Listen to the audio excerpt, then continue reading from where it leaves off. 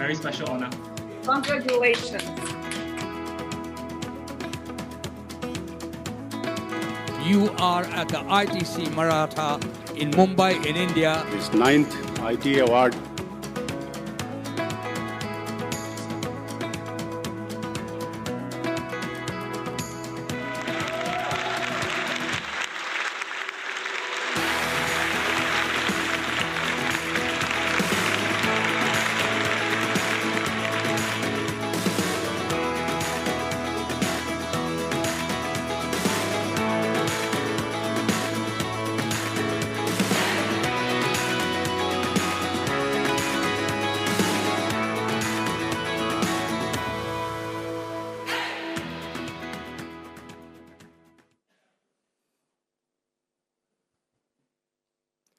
Buongiorno, signori e signori. Ladies and gentlemen, good morning. It is my distinct honor and privilege to welcome you to the ITA Awards. This year, this event coincides with the 50th year anniversary of the International Tunneling Association. Today, we celebrate half a century of achievements in the tunneling and underground industry and honor the individuals and organizations that have brought us to this milestone. It is no coincidence that we have selected Genoa for this special occasion. In Italy, innovation, engineering, and history converge in harmony. Italy has been at a stage of remarkable achievements in tunneling, from the aqueducts of ancient Rome to cutting-edge projects being constructed currently close to the city. Yesterday, I drove from Malpensa to Genova down the A26, the Autostrada dei Trafori, motorway of tunnels. When you experience the number of tunnels that this highway has, you understand that tunnels in Italy are like pasta, part of the culture. This inspiring legacy is part of what we celebrate today. Tunneling is more than overcoming engineering challenges. It is a testament to human ingenuity, resilience, and collaboration. It is about forging connections and driving progress. Since its founding, ITA has served as a cornerstone of collaboration, knowledge exchange, and technical advancement. Over the past 50 years, we have witnessed extraordinary transformations and innovations. The work of ITA has allowed connecting communities and facilitated overcoming daunting challenges with determination, creativity, and technical expertise. Today, we honor the individuals and organizations that have pushed the boundaries of what is possible. Your efforts to innovate and solve problems in a sustainable way represent the best of our industry and inspire us for a brighter future. Let us embark on this day of celebration and recognition. Grazie mille e benvenuti to the International Tunneling Awards. Thank you. I would like to invite now Mr. Renato Casale, President of SIC. Thank you.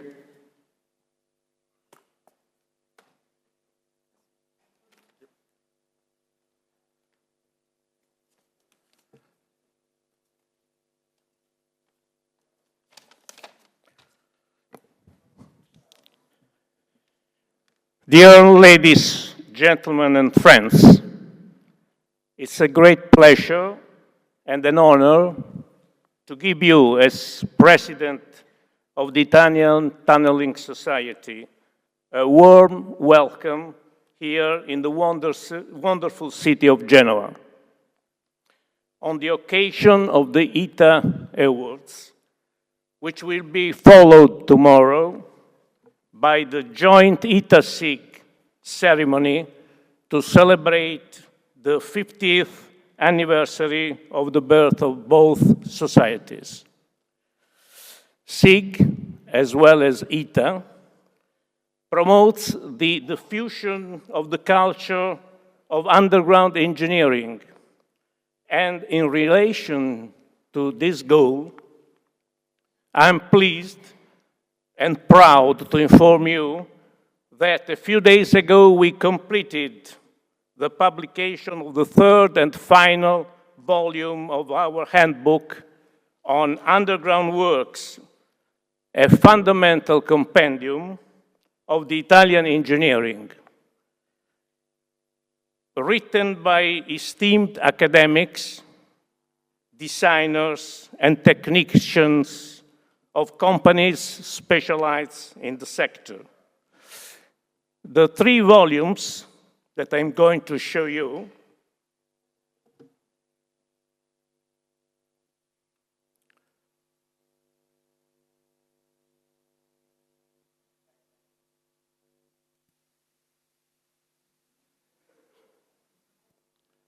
has gone.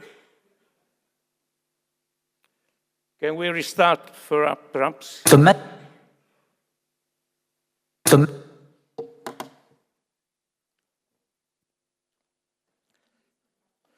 The 3? Okay.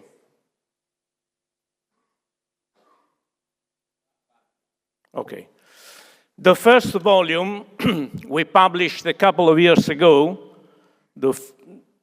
is related to concept, basic principle of design. The second one we published last year, I suppose, roughly, is related about construction, methods, equipment, tools, and materials. And the third one we published, as I told you before, some weeks ago, is about case histories and best practice. It has been an enormous effort for us to organize the publication of this handbook, which represents for our society, SIG, a great foot towards our first goal of diffusion of the culture of underground engineering. I think you could, if you are interested, browse yourself these 3 volumes at the dedicated desk close to the registration desk. The 3 volumes can be purchased online, both in paper and in digital format, and I hope you can be interested in reading them and give us feedbacks about the contents, the ideas which were at the base of this handbook. Thank you very much. I wish you a great day here in Genoa for the ITA Awards, and thank you again to be here and to spend your time with us all together. Thank you very much.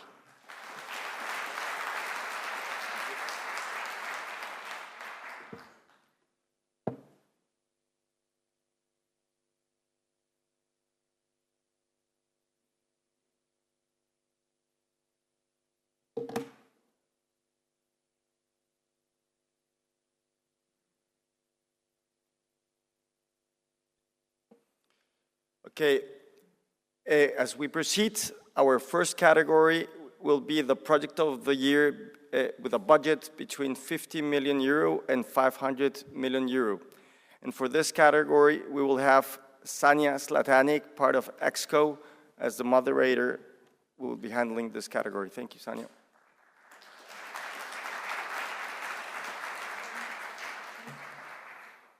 Good morning, everyone. Now it's going to get exciting. So I'm asking all of our respected contenders for the project in category of 50 to 500 million euros to basically join me on the stage and populate the seats from left to right. And we are going to be actually watching the videos of Brenner-based tunnel, lot H52 Hochstege, presented by Matthias Hoffmann. Then lot H71, also Brenner-based tunnel, Isarko-Riven underpass, presented or represented by Michele Iannaselli. The Musamir pump station and outfall project, presented by Gary Peach and Herman Vigil. And SMP4, Lyon-Turin, San Martin-La-Porte Exploratory Tunnel, represented by Lorenzo Brino.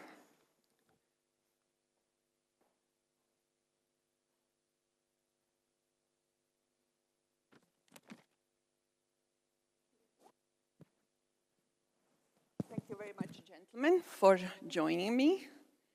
And before we start, and I understand you all basically submitted videos of the project. Nobody would be making a PowerPoint presentation, which is great. Videos are really interesting. Now we are going to start with the first project, which is lot H52, Hochstegen. And Mr. Matthias Hoffmann, could you kindly basically introduce your role on the project and tell us about the project exact construction value. We know what the range is. Yes, thank you very much. So my name is Matthias Hoffmann. I was part of the client-side project management team at this construction lot, which is part of the Brenner-Base Tunnel project in Hole. And the volume, the amount of the lot was 100 million euros. Thank you so much. Here's video. Just enjoy it, please.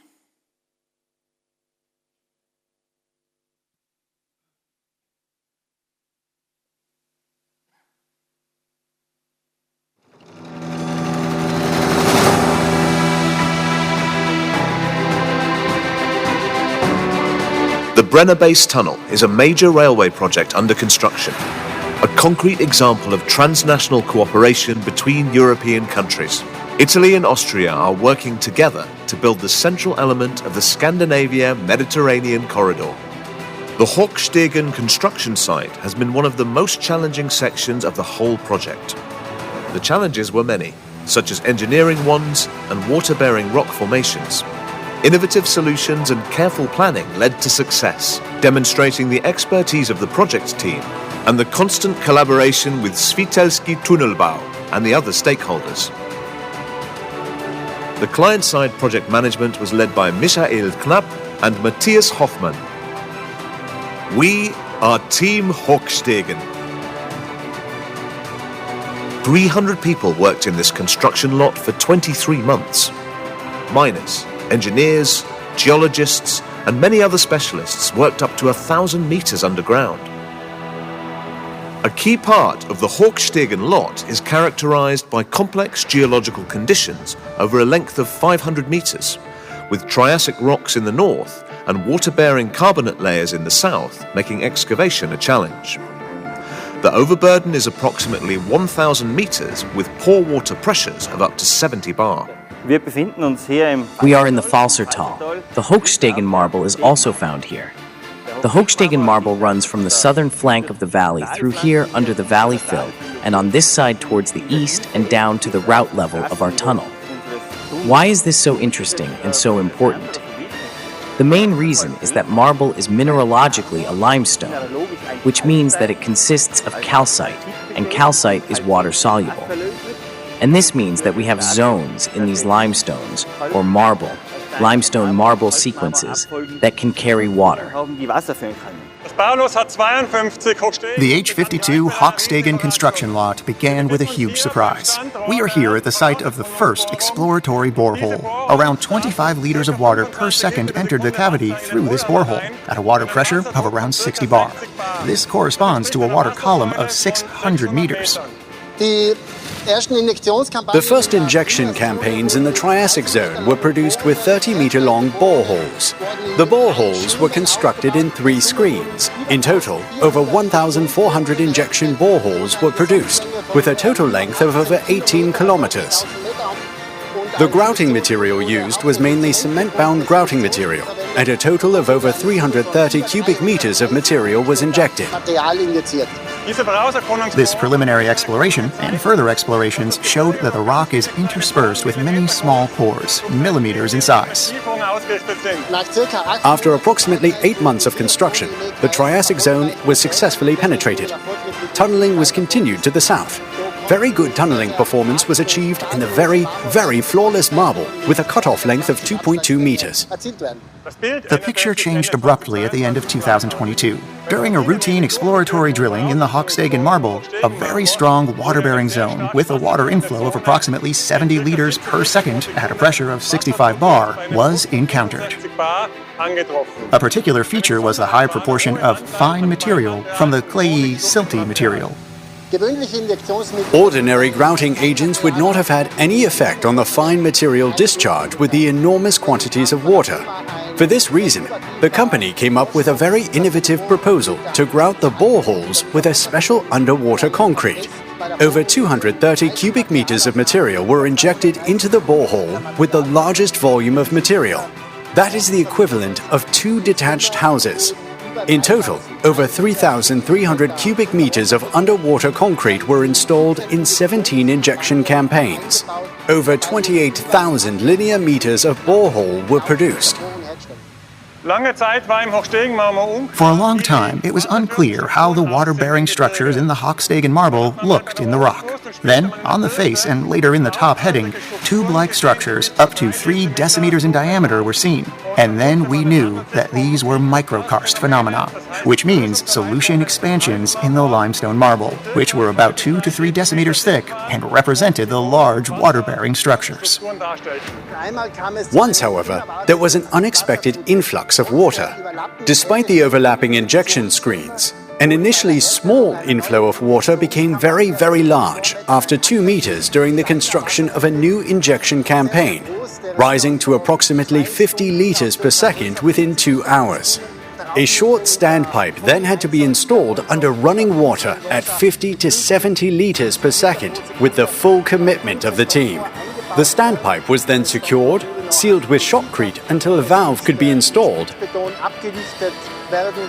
It was a very critical situation. Everyone on the site, from the contractor, the workers, the site management, and the construction supervision, worked together through the night to successfully manage this extremely critical situation and stop the water ingress. The Hochstegen team did it. By the end of 2023, they were able to overcome the zone and the several geological challenges posed by this construction lot. The project focuses not only on building infrastructure to improve sustainable mobility in Europe, but also on respecting the environment during construction. A notable example is the storage of excavated material near the construction site, minimizing the need for trucks on local roads. Once completed, the Padasta Valley, where the material is stored, will be restored to a U-shaped valley for the community. The local community is actively engaged through regular information evenings, tunnel visits, and our Tunnel Worlds Information Centre, located near the construction site. Innovative solutions, respect for the environment, and constant dialogue with the local population. These are the key ingredients of a successful project. A great team, the Hochstegen team, has cleared the way for the new construction lot H53 Fontsbrenner and, in the future, for the breakthrough at the Brenner Pass through the exploratory tunnel. For the first time ever, there will be a continuous tunnel connection between Austria and Italy, and we are looking forward to it. On to the next challenges. Glück auf!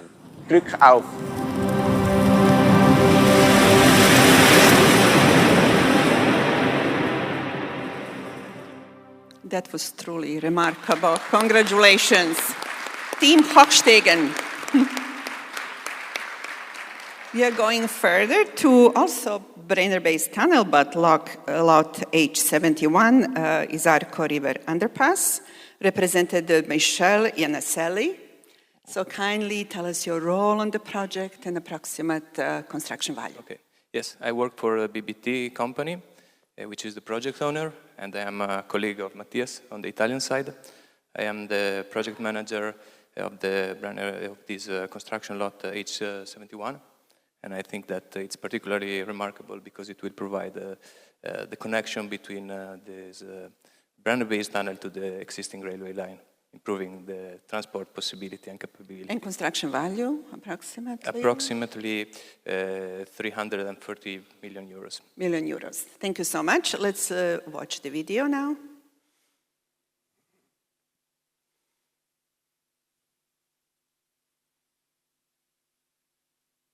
Hello and welcome. We are excited to present our work on lot H71 of the Brenner Base Tunnel, the Isarco River underpass. None of this could have been possible without the dedication of our team, composed of Alessandro Marottoli, Giuditta Vecchione, Roberta Marrazzo, Aurelio Gallotto, and Mariano Cavolo. A big thanks goes also to the construction and the safety supervision provided by Italfer, HBPM engineers, and Pini Group. And of course, to the experts and the hardworking miners of the construction company, a joint venture led by WeBuild.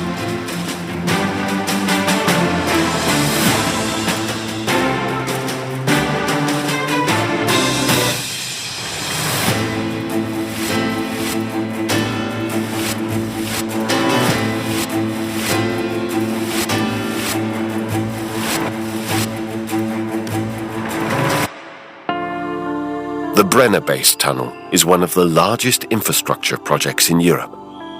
Our section, Lot H71, the Isarco River underpass, plays a crucial role, connecting the existing railway system to the new high-speed, high-capacity line. This section is situated in a narrow valley near Fortezza, and we had to tunnel beneath key infrastructure like the A22 motorway, the SS12 road, and the Isarco River itself. The ground conditions were extremely variable, ranging from Brixner granite to soft alluvial soils with granite boulders. These conditions, combined with minimal overburden and the presence of water, made this section particularly challenging. One of the most impressive parts of our project was the use of artificial ground freezing. This technique allowed us to build 4 tunnels under the Isarco River without moving the river or lowering the water table. With this technique, we froze the soil using nitrogen and brine to increase its stability and decrease its permeability, which made it safe to tunnel. This method is also very eco-friendly because it doesn't introduce harmful chemicals into the environment.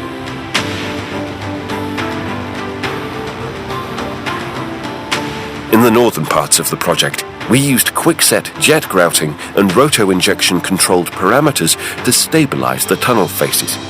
Quickset jet grouting was especially helpful under the A22 motorway, as it allowed us to inject grout into the ground and control how quickly it set, even under high water pressure.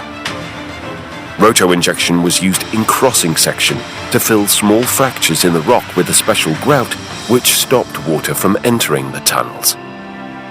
These technologies helped us manage the complicated ground conditions and ensured the success of consolidation operations. Sustainability was a key part of our project.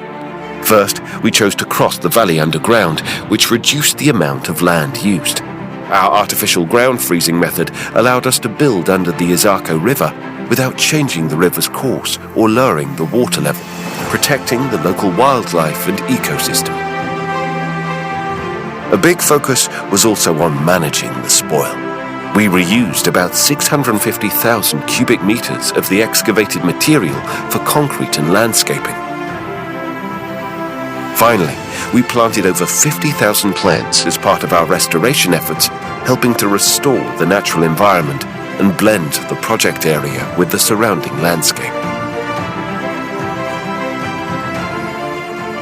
We reached several important milestones during this project. The excavation of 6.2 kilometers of tunnels was completed as planned, with around 1.2 million cubic meters of material being excavated and managed. All the tunneling and lining work was finished by August 2023.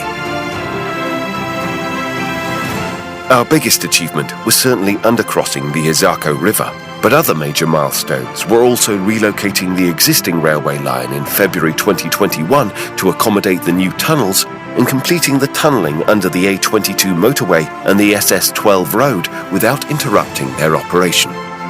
This was crucial for minimizing disruption to the local economy and community. Our success wasn't just about the engineering. We worked closely with the local community and stakeholders throughout the project. We regularly held meetings with local authorities and community members to keep them informed and address any concerns. We also set up the BBT Observatory, an independent body that ensured we met all environmental and safety standards. Each year, we also held open days for the community, giving locals a chance to visit the site and learn more about the project. These events, along with our online updates, helped build trust and kept the public informed about our progress. In conclusion, Lot H71 was a remarkable achievement in both engineering and sustainability. It's a critical part of the Brenner-based tunnel, which will reduce travel times and carbon emissions while improving transport connections across Europe. Now, as the project nears completion, the signs of the construction are starting to disappear. The plants we have placed around the sites are growing, and the landscape is slowly returning to its natural state.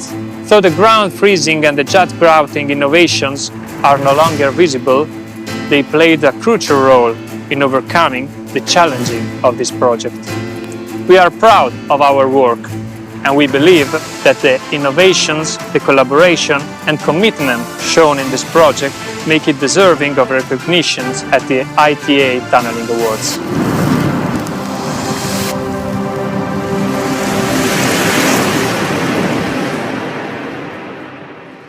Well, another congratulations to Izarko River Undercrossing team. Well deserved, good job. Moving forward, the third project is Muzamir Pump Station Outfall Project, MPSD, presented or represented, I would say, by Gary Peach and Herman Vigil. Gentlemen, kindly introduce yourself, your role on the project, and approximate construction value. Good morning, everybody, and it's a great honour to be here and to be one of the finalists in this category. My name is Gary Peach, and I am representing the team, which is the client Ashkel Public Works Authority, the consultant Mott MacDonald, and the contractor HBK Poor. A little about the project. The Muzamir Pump Station and Outfall is a very unique and very innovative project that was commissioned only 10.5 years before operational to come on stream and deal with the challenges posed by climate change and environmental factors.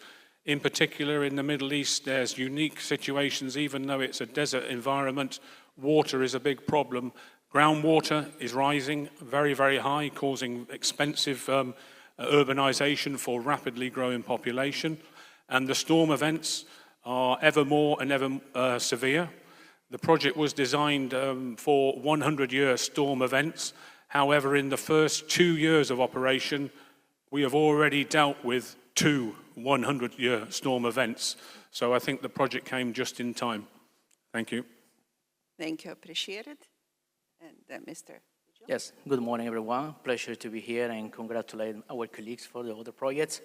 I'm representing the contractor, in this case, Por Vienna, and I was the construction manager dealing with the TBN and the connection of the riser shaft and all the challenges that we suffered during the ground conditions that we were having, and not only that, the riser shaft connections and how we were navigating the TBN and how we were coordinating for networks because the riser shaft was located 10 kilometers offshore. That's fantastic. We are going to watch the movie right now, and then after we'll continue with the conversation and questions. Thanks. The Muzamir Pumping Station and Outfall project is a visionary and innovative project in the state of Qatar. The owner of the project is Public Works Authority of the state of Qatar, which is responsible for the execution and development of all the infrastructure in the state of Qatar. Mott MacDonald provided the project management, design review, and supervision consultancy services. A joint venture of a local contractor, Hamar bin Khalid, an Austrian contractor, Poro, was selected after competitive bidding and tendering processing to provide the design, build, operations, and maintenance services. The tunnel boring machine used was manufactured by Ker Rekik. The project includes a deep pumping station with capacity of 19.7 meter cube per second, the drop and access shaft, the riser shaft and diffuser field entirely built in subsea conditions, the construction of the 10-kilometer long outfall tunnel and 50 meters depth, which is one of the longest outfall tunnels in the world. The Muzamir Pump Station and Outfall project is the world's first combined groundwater and stormwater project and addresses the unique problem of rising groundwater levels in short periods of time, which is faced by many other countries in the region. Many important aspects were innovatively considered during the design and construction of this project to provide an optimized solution to a variety of challenges, such as the rising groundwater, high salinity of the groundwater, erratic and increased rains, severe floodings, and rising seawater levels. Geotechnical data from 22 offshore boreholes and surveys formed the geotechnical profile used to select the TBM tunnel lining and identify potential geotechnical risk challenges, offshore geology, long tunnel, mixed ground, hyperbaric work and safety. Tunnel excavation was done using a TBM earth pressure balance designed to operate in a range of challenges and ground conditions in Qatar. TPM specs like main drive, thrust, screw conveyor, shields and segmental lining, and safety considerations among others were carefully engineered. Ground conditions challenges included mixed phase, dry soil slowing TBM speed, double quantity of muck, cutter head clogging, and 4-bar pressure. Hyperbaric interventions were required. Despite COVID-19, the project continued progressing with safety protocols requiring to adjust the logistics. Divers came into the country even during lockdown and damaged tools were replaced. An online gyroscope campaign kept the TBM on course, reaching its target within 20 centimetres after 2 years.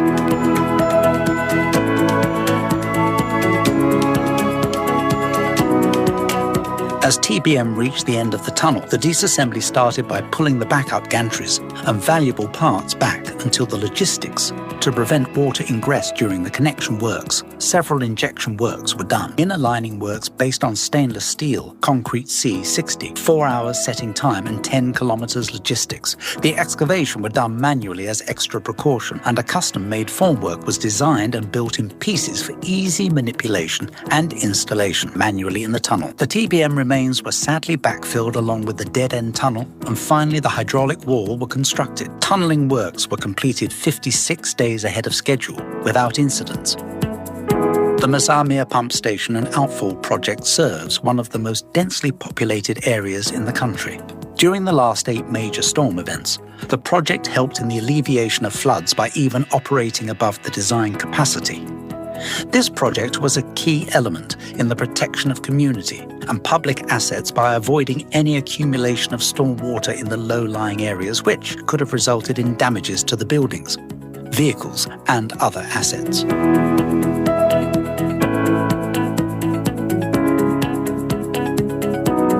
The project was located away from urban areas.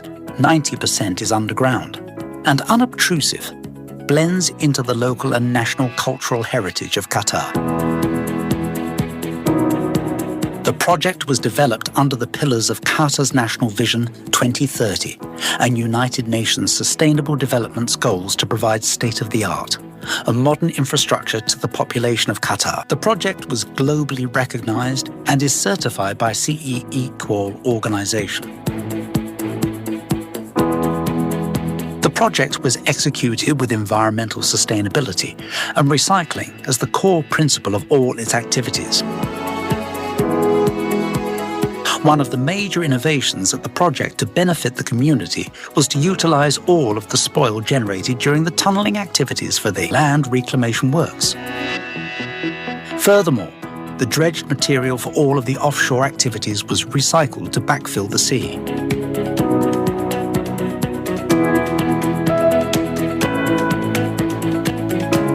Supported the infrastructure and assets for FIFA World Cup Qatar 2022 trademark by providing sustainable and environmentally friendly solution for managing excessive ground and storm water during the operations. The project has fully automated operations with only 2 staff optimizing the need for operational staff.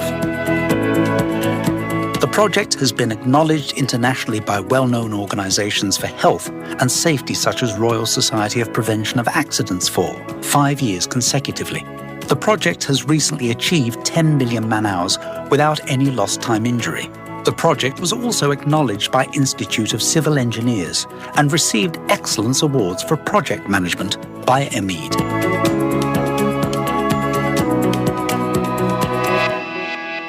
To ensure all knowledge, skills and lessons learned from the MPSO project is transferred to future Ashgull personnel. 54 Ashgull engineers and graduates have received various on-site training courses. The MPSO project has generated several outstanding technical papers published in the most reputed conferences all over the world: TBM Diggs Conference, Rapid Excavation, and Tunneling Conference, World Tunnel Congress, North America Tunneling Conference on Civil Infrastructure and Construction.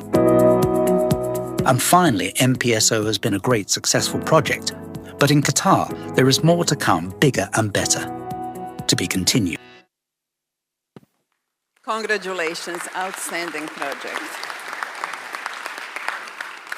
Moving forward, the last project is Lyon-Turin Saint-Martin-la-Porte Exploratory Tunnel, represented by Lorenzo Brino. Mr. Brino, Thank welcome. you, Ms. Chairwoman. Yeah. Ladies and gentlemen, dear colleagues, my name is Lorenzo Brino. I'm the Deputy Director of the client, TELT, and I'm also a member of the board of the Italian Tunneling Society and member of the technical committee of the French Tunneling Association.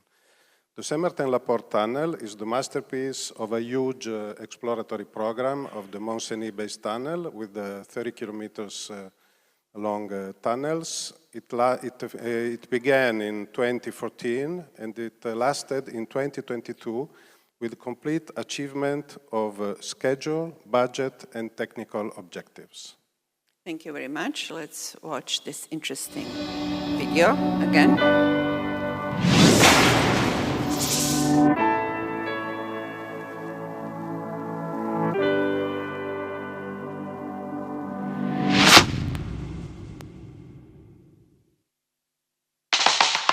Il cantiere di Saint-Martin-la-Porte 4 è stato fondamentale per capire come scavare il tunnel di base della Torino-Lione, in terreni spingenti come quelli che abbiamo incontrato, che rappresentavano dal punto di vista geologico un'incognita. Lo scavo è iniziato nel 2016 e ci abbiamo messo circa 5 anni per realizzare questi 10 chilometri di scavo. Bisognava testare lo scavo meccanizzato e nelle zone più difficili addirittura è stato scavato col metodo tradizionale. Il test è riuscito perché abbiamo ottenuto dei risultati fondamentali per la progettazione successiva della fresa che dovrà scavare il tunnel nord. L'opera è costituita da un cunicolo esplorativo in asse al tunnel sud con lo stesso diametro del tunnel definitivo.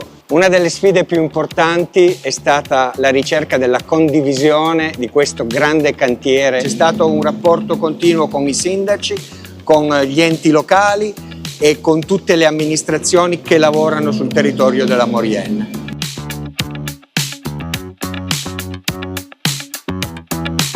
Un cantiere di queste dimensioni ha un impatto importante su un territorio di montagna e si è cercato di integrarlo al meglio anche cercando di assumere della gente della valle. Questo è stato anche grazie alla collaborazione con l'impresa e con la direzione lavori, ma soprattutto grazie all'accompagnamento che la Démarche Grand Chantier ci ha fatto durante tutta l'esecuzione di questo cantiere. E questo personale poi continuerà a lavorare su questo progetto, sui cantieri che verranno in futuro. Abbiamo rispettato tutte le regole della sicurezza senza avere degli incidenti fatali in cantiere. Anche questo è stato un successo per la Torino-Lione. La construction d'un projet de tunnel commence toujours par des reconnaissances géotechniques. Il faut connaître le mieux possible le terrain dans lequel on va creuser pour en même temps déterminer les difficultés qu'on va avoir, déterminer les méthodes et donc les coûts et la durée de la construction.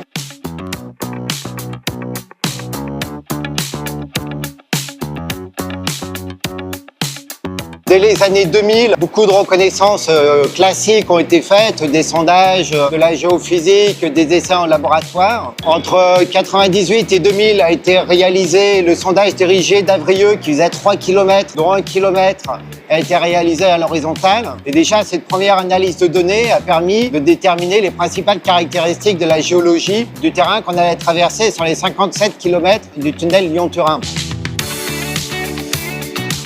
Et l'analyse a démontré qu'une zone était particulièrement difficile. On a traversé cette zone-là en méthode conventionnelle. Et grâce au travail collaboratif entre le maître d'ouvrage, le maître d'œuvre et l'entreprise, on a pu tester un ensemble de méthodes de construction qui nous ont permis de démontrer la faisabilité même du Lyon-Turin sur ces 57 km.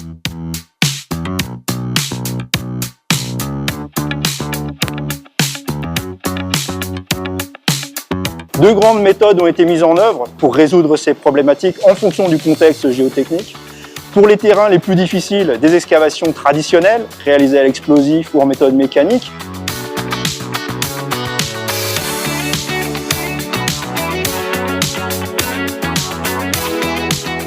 Dès le début du projet, au bout de quelques mois, le tunnelier a rencontré une faille majeure. Grâce à la communication qui avait été instaurée dès le départ, nous avons procédé à des phases de reconnaissance, mobilisé les experts qui étaient déjà préparés en amont, mise en place de mesures de confortement puisque la rencontre de cette faille majeure entraînait des cas de charge très importants. Cette performance globale a permis l'excavation de ces 10 km avec une maîtrise des méthodes, le développement d'un processus industriel performant, une justification d'une maîtrise planning et budgétaire. C'était un des engagements du projet. La réussite d'un projet tel que le projet Lyon-Turin, qui est un projet majeur à l'échelle européenne, ne passe pas uniquement par la maîtrise technique, faire accepter nos travaux, valoriser le territoire qui est traversé et enfin former, mobiliser, attirer de nouvelles ressources pour enrichir le territoire qui est impliqué par les travaux. Tout un processus de communication a été mené pour valoriser ces métiers au niveau local et régional, puis national, qui a permis d'accéder à tout un ensemble de ressources qui ont pu s'impliquer sur le projet avec des origines très diverses, qui ont pu s'impliquer, s'investir localement, apporter de la richesse localement de par leur vie locale et qui vont réenrichir des villages, réenrichir des villes et qui vont apporter dans un second temps leurs compétences à l'économie locale. Questo è il primo grande cantiere della Torino-Lione. Grazie all'ottimo lavoro di squadra siamo riusciti a farla nei tempi e nei costi previsti.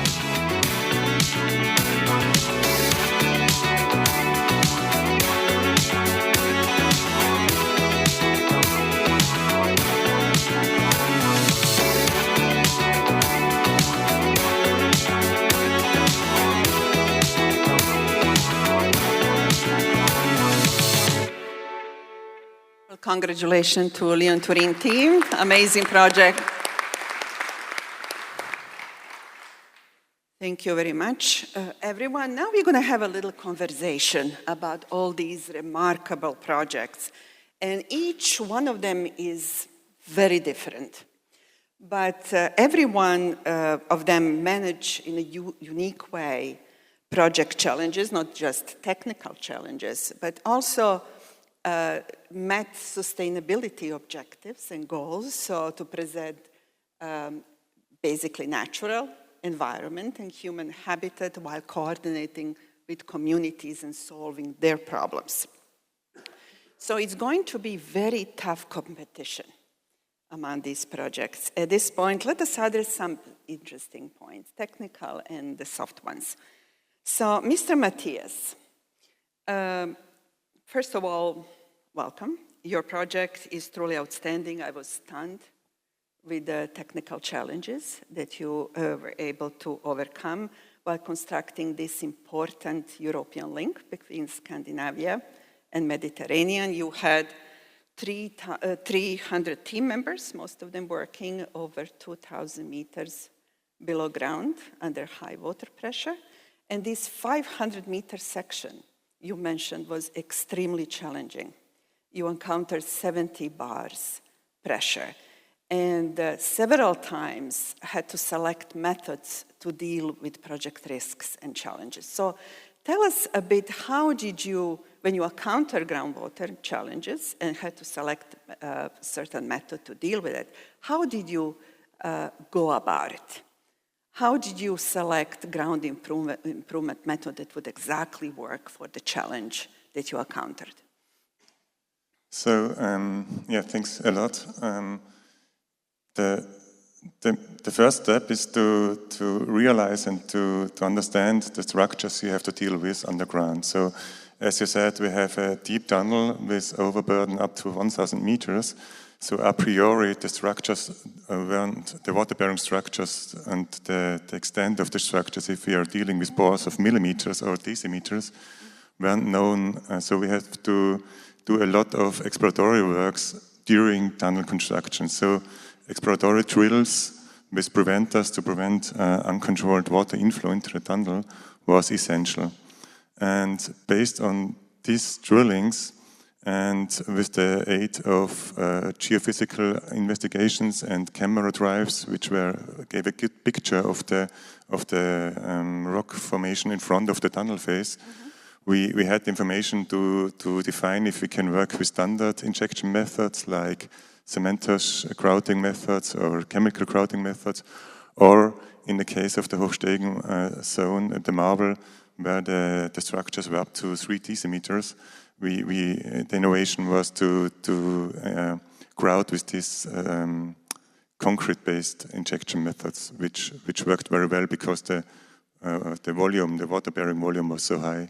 So basically, concrete-based solution was the innovative method that you with the large structures. Yeah, these conditions were not foreseen. They were not tendered, so we have to develop this method during construction. Yes. Yeah, that's interesting. And for all our information, obviously the water pressure was outstanding. It was 70 bars. And you incorporated basically ground injection, ground improvement to hold that water so you can basically continue construction. For information, what portion of that pressure, I would say, was utilized for design of permanent structure, permanent liner? For the lining? Yeah, for the permanent, not initial. The design strategy is to seal the rock formation around the tunnel. So we have a drained system. We don't have a so you practically drained the line. Drained, but we lowered the permeability of the surrounding rock by some degrees so that the water inflow into the tunnel, which was around 70 liters per second from a single hole, for the total system is now some 20 to 30 liter per second. So how could we achieve that? By lowering the permeability of the rock formation so that only a little bit amount of water can, the pressure drops. Basically lowering permeability, then draining the structure, and that would create so the water pressure is some 10 meters away from the tunnel and it decreases to the tunnel, but the water inflow is little because the permeability is little. Interesting, thank you so much. So what lessons learned would you suggest for others they would be undertaking this type of projects?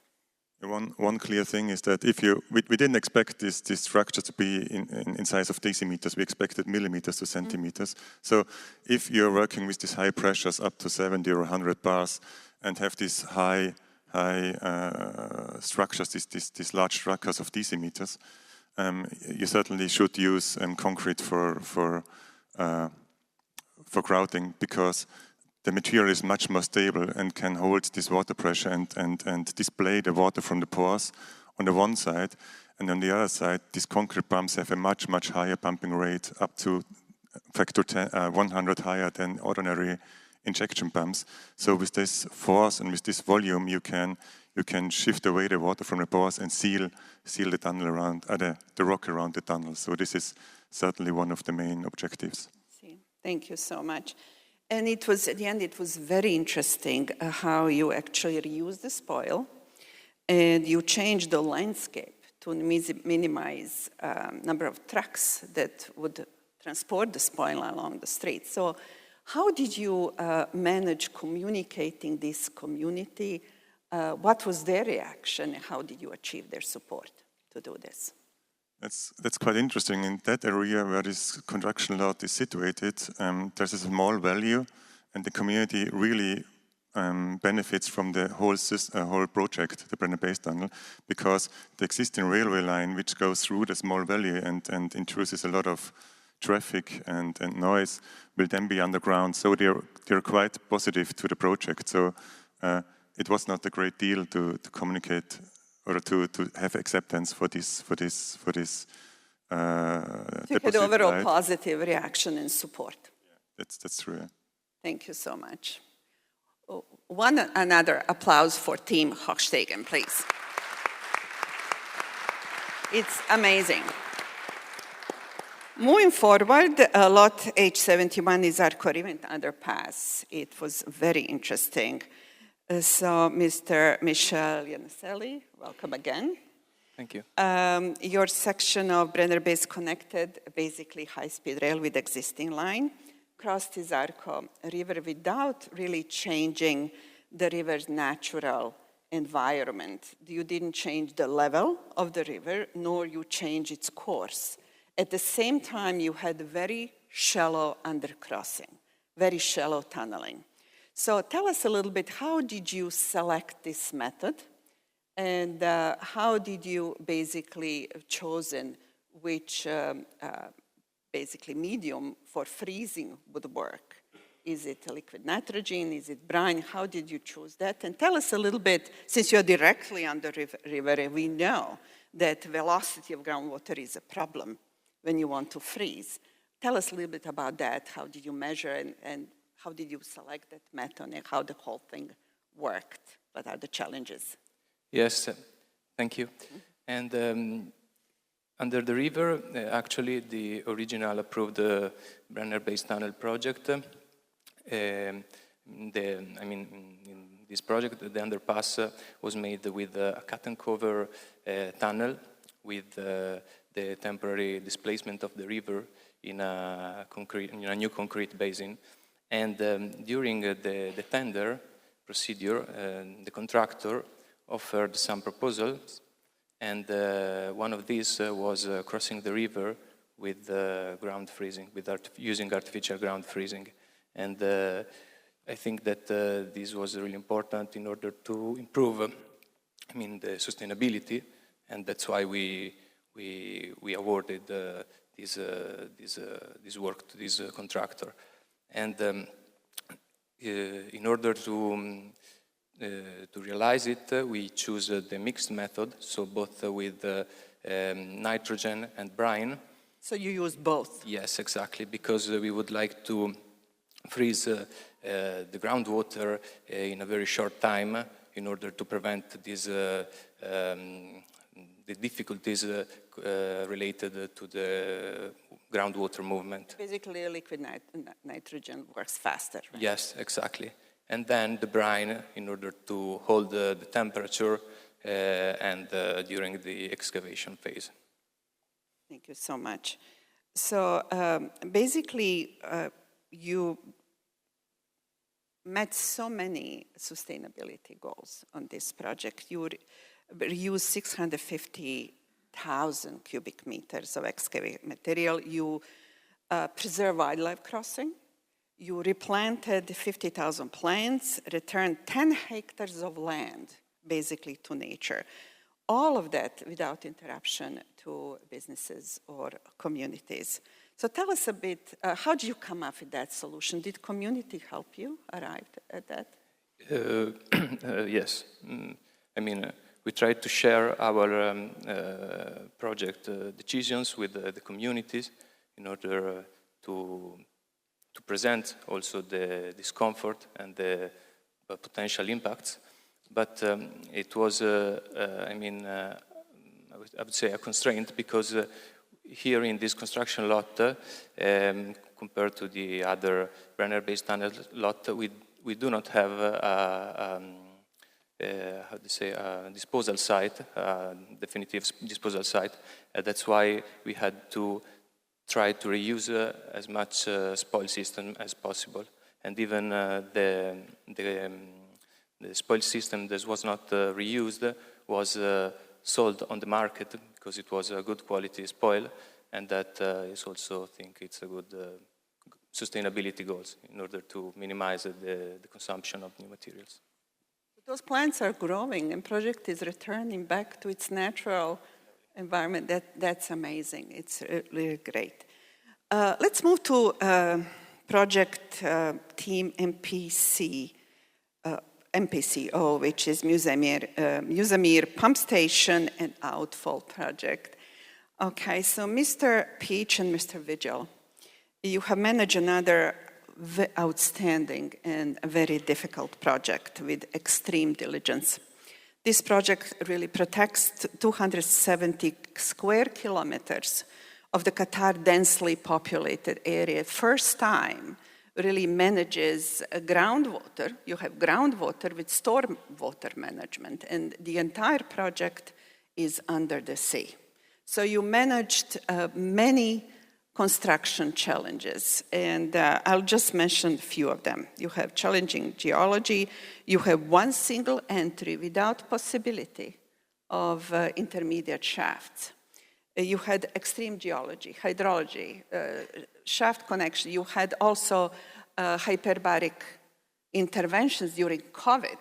So how did you manage all of these risks combined and still deliver the project on time? How long have I got for the question? Okay, let's start at the beginning then. It's a long tunnel. So first of all available information was assessed. So key to this is it's a contractor specifying and designing a TBM which will deal with everything that's to be anticipated. It was EPB, right? EPB, TBM. And it's to cover most of those issues there. So that was defined very, very early on with everybody on board, and the client and the consultant encouraged a rapid decision and a quick decision. That was made, and that was passed to Craig, the manufacturer. And allowing that to happen quickly meant the TBM came 91 days early, which is always a good thing on any tunneling project to get the equipment. That's correct. To get the equipment on. And you have the launch shaft, everything was ready. So everything was ready for the actual TBM to come, and that was launched in very quick time, and the machine went out and started to excavate. So the biggest single, I would say, element was in fact water, but two extremes of water, if I can say. The project suffered from both too much water and too little water. Okay, you may think that's strange for the EPB, but both of them have their own problems, and the project resolved that in two different ways. The high-pressure water was dealt with by the specification of the machine. Lots of things were actually, first time on these machines, things that were there to reduce the risk of high water pressure. But the first problem occurred about 1 kilometre out, where they went through the Midra Shale, where there was no moisture. And now this can be an absolute high risk for any earth pressure balance, because if you clog the screw, and if you get that screw stuck, that's 3 to 6 months sat there out underneath the sea. So basically soil was just too dry. It was completely dry. So this means now that you've got to condition it. It was so dry that in order to excavate forward, over the volume of the excavated material had to be added in terms of conditioning, which meant twice the amount of volume came out. Twice the amount of volume coming out means you need 2 trains. So this was a logistical nightmare. So this was managed, configurations and trains were made to deal with this unique situation in the Midra Shale, and this was excavated, and it did not impact progress at the time. But it was a very critical element to do, to make sure that the very dry ground conditions were excavated, but this was done by logistics. The second issue was from 4 kilometres out, basically the seabed was open. Full hydrostatic connection to the seabed for the remaining 6 kilometres. So that means... How many bars you had? It was 4.5 bar. That's pretty high. Yeah. So from that point forward, the machine was designed to cope with that and add special features such as the elongated screw, the double guillotine gates, the face opening, the type of cutters, etc. But also, one of the key things here is to deal with sealing the tunnel. So it might be a simple thing, but the contractor always grouted to the volume and to the pressure and didn't move until that water was sealed. So that was the two major issues, and that was how the groundwater was dealt logistically and operationally and technically for the tunnel. Do little things good every day. That's fantastic. So you manage all these project risks very successfully without compromising safety.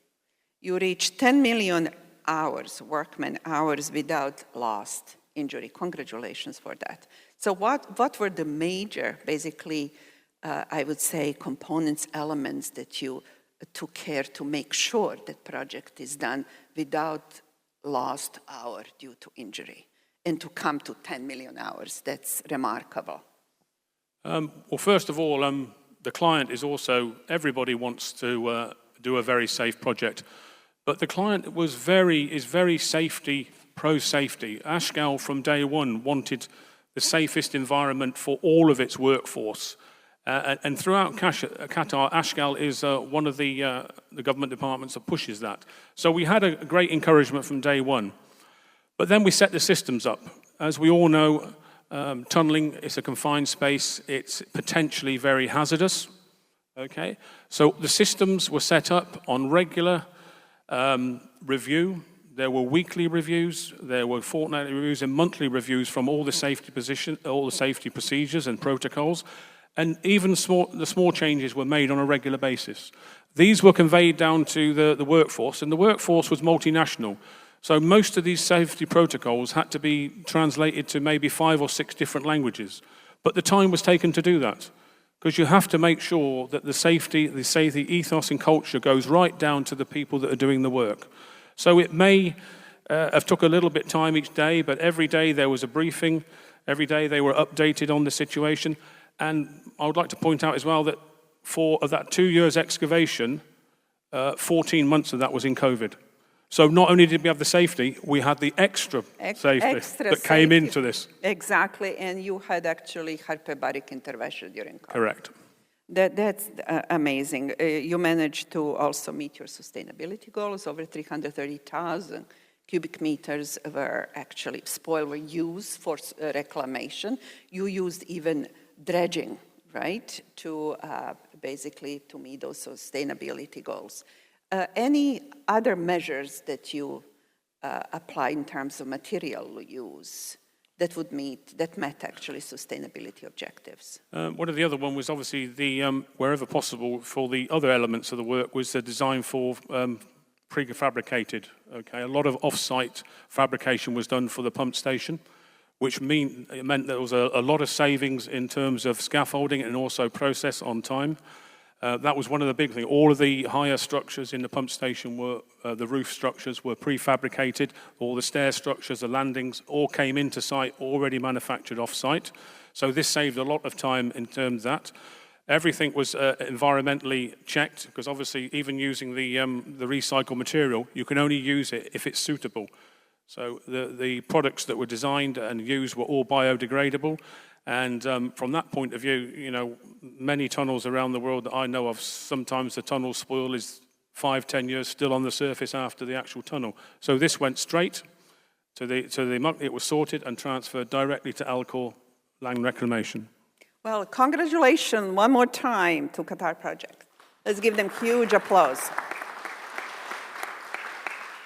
Thank you. Well, Team 4, Lyon-Turin, Saint-Martin-la-Porte Exploratory Tunnel, welcome again. Congratulations on many exploratory measures that actually proved successful to build this 57-kilometer of Lyon-Turin tunnel. So tell us a little bit about these advanced subsurface explorations that you planned and executed, that actually took having their own life. Almost it was like a separate project, correct? Absolutely. That allowed the eventually successful construction of the entire 57 kilometers. So Tell us about development of this plan in terms of subsurface exploration. How did you come up about it? And how did you use that plan later to conceive the excavation of the real projects, I would say? Thank you for the question. We had the chance to have a very huge exploratory program, strongly supported also by European Union, financing 50%, and excavating part of the final tunnel, so we did not lose public money. We had 4 edits with 4 testing sites. In Italy, we tested with a scale 1 to 2 TBM, gripper TBM for the final tunnel. So we excavated 7 kilometers of an exploratory tunnel to design the final 19 per 2 tunnel section. In Modan, the central site, we tested the recovery of the mucking with the spoil system. In Saint-Martin-la-Porte, as we say, there was the worst and strong swelling condition, so we had the possibility to test either the TBM single shield and the conventional method in 10 kilometers to then excavate 30 kilometers of tunnel. And in the last intermediate edit, we tested the waterproofing with water inflow as in Austrian section of Brenner. So we had a very good chance to do this impressive testing program in the design phase. So the design is finished with more insurance of time and budget scheduling. That's fantastic.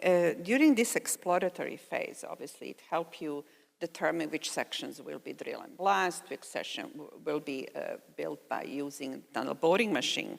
And during one of these basically exploratory sessions, your TBM encountered shear zone, which was very difficult. How did you manage? We managed it thanks to the very good partnership between engineer and the contractor. And they proposed us the solutions with the aid of tunneling experts to cross this fault zone. So the first time we lost 3 months to find the solution. The second time we did it in 3 weeks. So we learned the lessons directly on testing, and it was very important also to design the head of the TBM for the other TBM on the definitive works. So basically, those experience help you to design the TBM performance specifications. So that was absolutely. impressive. But I have also to say that the partnership with the contractors and with the engineers, it's very, very important. Partnership and collaboration. Absolutely. Information was exchanged. Thank you. Tell us a bit about the economic and social impacts of this project that have been achieved for the entire Marianne Valley. Yes, in France, there is a special procedure named Démarche Grand Chantier, who is accompanying the project from the early 2000 years. So this program, made with the local administration, involves training of workers. So in this project, for example, we had 450 workers, and 70% were from the valley. This is very important. And then also using only economic resources of the valley, like housing, eating, etc. So we didn't have a standard camp with dormitory, refection, etc. But we used the local resources as to maximize the benefits for the community. And of course, acceptance of the community passes also with the satisfaction of the people. I would say special challenge was that this project was between Italy and France, so those communities were binational. Yes, absolutely. And what considerations you actually explored there? Italian region of Piedmont, with this positive experience, promulgated a regional law with the same goals of the French procedures. We are very proud of this because the binational project allows us to study the best practices of the two countries, bringing them in the other country. Exactly. Communicate, collaborate, exchange lessons learned. That was impressive. Thank you so much. Another You're applause welcome. For the Lyon-Turin team. And I have to tell you, I'm so glad I wasn't among the judges because I would not be able to determine which, for me, you're all winners. Amazing projects. And basically, I can tell you also that if any of these projects was in the United States, we would not be talking about millions, but billions. So congratulations. Inviting you with actually collaboration with our World Tunneling Congress in Stockholm and hearing all these fantastic lessons learned in terms of sustainability, safety management, and actually education. You work in collaborative with communities and other organizations to change lessons learned, to exchange lessons learned. So I'm inviting you to collaborate with World Tunneling Congress and their think tank to share these lessons learned directly with the entire world tunneling community. Congratulations again, gentlemen. Amazing.